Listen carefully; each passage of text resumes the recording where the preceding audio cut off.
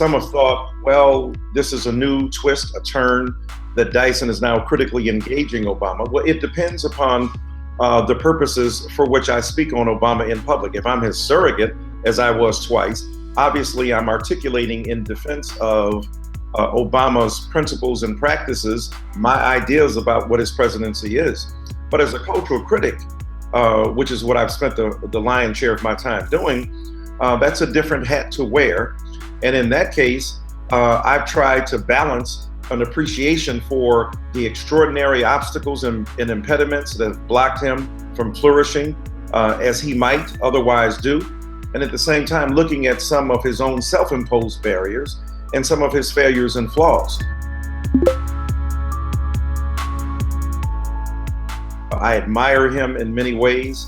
I think he's a remarkable figure, will go down, in my estimation, as one of the greatest presidents we've ever had.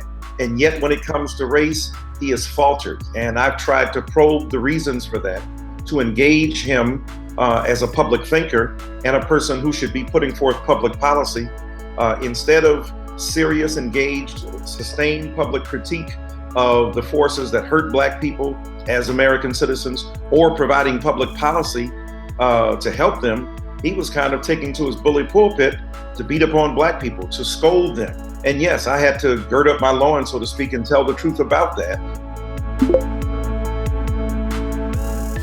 In the same way that gay, Latino, gay, lesbian, and transgender, bisexual people had their issues targeted, or Latino brothers and sisters, or those in the environment, whatever your issue was and your subgroup was, those things were targeted, even though his claim was to a universal approach.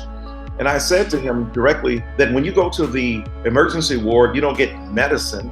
If you have cancer, you get chemotherapy. If you have diabetes, you get insulin. And if you have a hangnail, you get aspirin. So the medicine is targeted toward the particular ill that's there.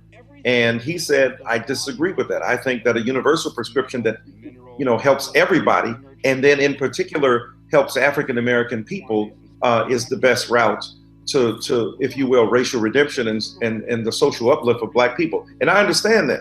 He's in a situation where to say Black anything would arouse the suspicion and skepticism of so many millions in America, and those who were looking at his administration to determine or discern whether or not he was going to give an extra wink and nod to Black people.